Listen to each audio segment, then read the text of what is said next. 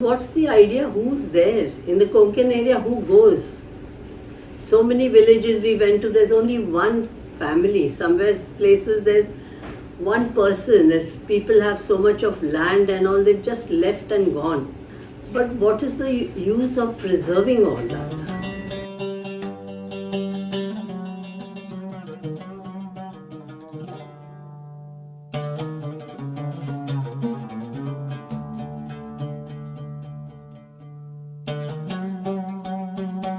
The Bene Israel Jews, around 5,000 strong in India today, claim their origins from a lost tribe shipwrecked on the Indian coast in 175 BC.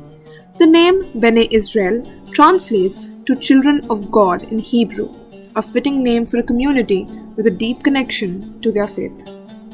For centuries, the synagogues of the Bene Israel have stood as symbols of their faith and unity. These sacred places have witnessed prayers, celebrations, and the passage of time. Konkan Jews, as you call them, are from Raigad district, which is just south of the city of Mumbai. And their tradition says that they came to the coast from a shipwreck about 2,200 years ago. But the historical evidence we have is only from about the 10th century, when there are Arab travelers who mention Jews in this part of India. Legend has it that their forefathers, sailing from the land of Israel, were shipwrecked off the Konkan coast. Surviving this ordeal, they found their way to a village called Nagaon. Their traditions and Hebrew heritage were preserved through generations, even as they adopted aspects of Indian culture. As they migrated from Nagaon, their respective villages became their signifiers. Towns such as Roha, Pune, Pali, and Ashtam derived their surnames like Rohekar, Penkar, Palkar, Ashtamkar, and such others.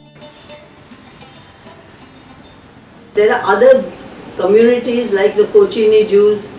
Then the North India, the Afghans had also a very large community. The Afghan Jews also, they had travelled by foot and got into Afghanistan. That was ages back. More or less a little after we Bene Israels came into India.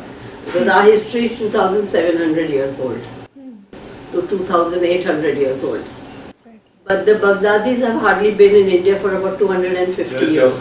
There are Manipuri Jews, then there are Karnataka Jews, there were the Madras Jews, there are Kochini Jews. Cochin had one of the oldest synagogues in India. It still exists. It is not the Cochin synagogue. Huh? Yeah, it is the Kudavambakam synagogue, which is 800 and some years old. Then there were a lot of Jews in North India, UP and all.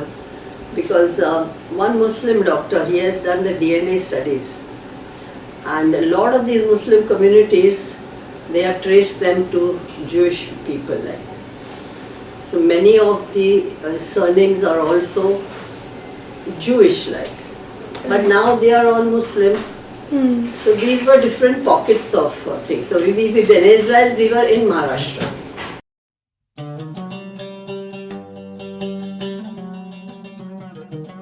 The community has called itself Bene Israel for the past couple of hundred years. Before that, they were known by other kinds of names like Shanivar Teli locally.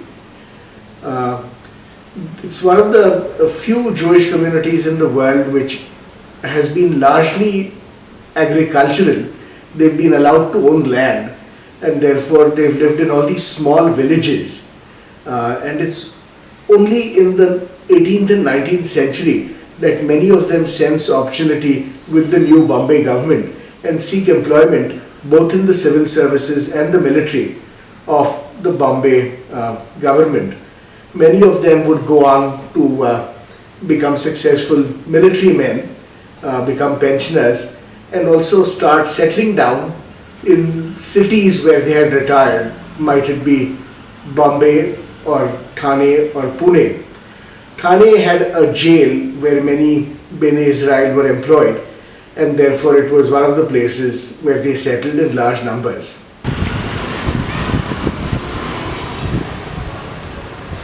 There were many Jewish lanes which were named after the Jews, after the synagogues, which some of them still are. But over a period of time, like number of people become less, the people sell, go off to other areas or go abroad or whatever, the children go abroad to study. So with these issues, then things have become a little difficult.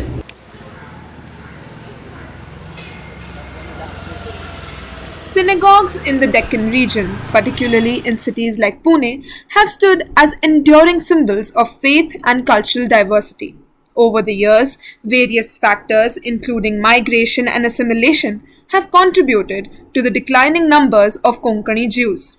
However, the centuries old synagogues in the Deccan continue to hold their stories and heritage. There were two patrons of synagogues. One were the Baghdadi Jews, particularly those of the Sassoon family, who come to India in the 19th century, become very successful businessmen, and then of course expand to other cities like Calcutta and eventually even Shanghai.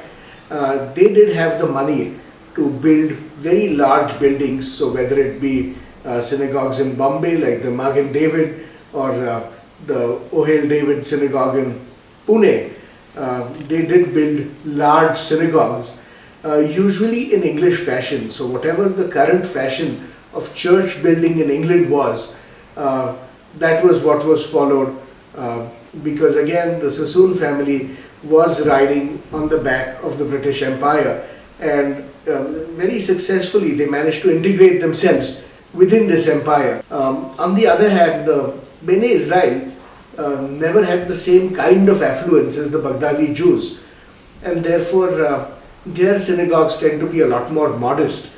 The earliest ones we have are from the 1790s in Bombay, where it's an interesting story of a soldier, a Bene Israel soldier, who is serving in the Bombay army, gets captured by Tipu's forces, and he might have been summarily executed, except for the fact that he manages to convince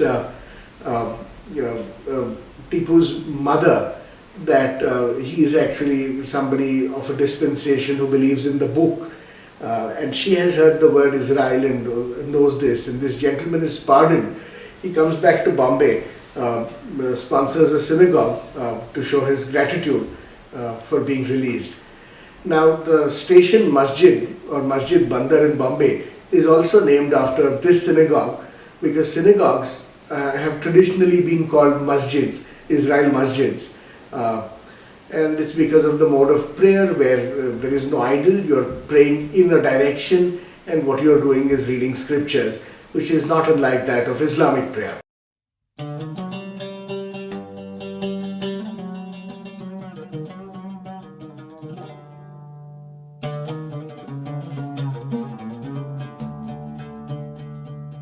We face Jerusalem. That is supposed to be the holiest place for Bene Israelites. I mean for the Jews. Okay.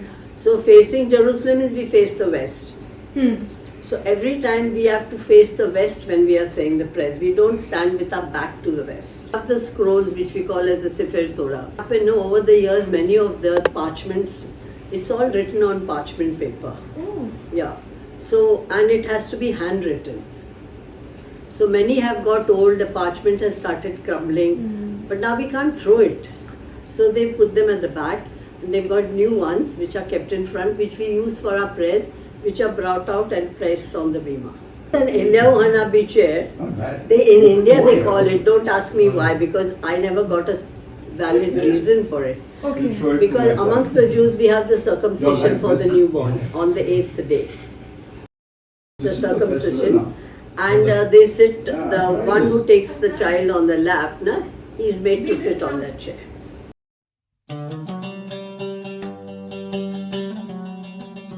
Over the centuries, the Konkani Jews actively engaged with their local neighbors, transcending religious and cultural boundaries. Their synagogues have not only been places of worship, but also hubs for interfaith dialogue and cultural exchange. Their harmonious coexistence with their Hindu, Muslim, and Christian neighbors serves as a reinforcing idea that different faiths can strive together and contribute to the vibrant tapestry of the Deccan's cultural heritage. whenever there was a fight or some parking problem, all the people used to come down and fight for us. Muslim, Hindu, no one has troubled us. I want to say it emphatically. No Muslim has troubled us, no Hindu has troubled us, no Christian has troubled us. Have you got it? No one has troubled us. So I was president for 22 years. Whenever I had problem, and if I raised my voice, everybody would come down. Sir, what is the problem? Tell me what happened. They all come to help. As modernity and migration have shaped the landscape, many Konkani Jews have immigrated to Israel and other countries, seeking new opportunities and connections with the global Jewish diaspora. Today, their population in the Deccan region has dwindled to a mere fraction of its former size, less than 150 in Pune alone. Despite the challenges of maintaining their unique identity and traditions, those who remained continue to uphold their rich heritage. But we do not know for how long. The Konkan Jewish community has the problem of trying to assimilate with a much larger global Jewish population, but at the same time assert and retain its identity. So you have pressures playing both ways. You have pressures to be part of a global, and you have pressures to really speak up for your own identity. But what is the use of preserving all that? The cemeteries there, after some time, who's going to look after it? Even the synagogues. Like we have the scroll, take that, bring it to the synagogues in Bombay, Pune, wherever. Yeah.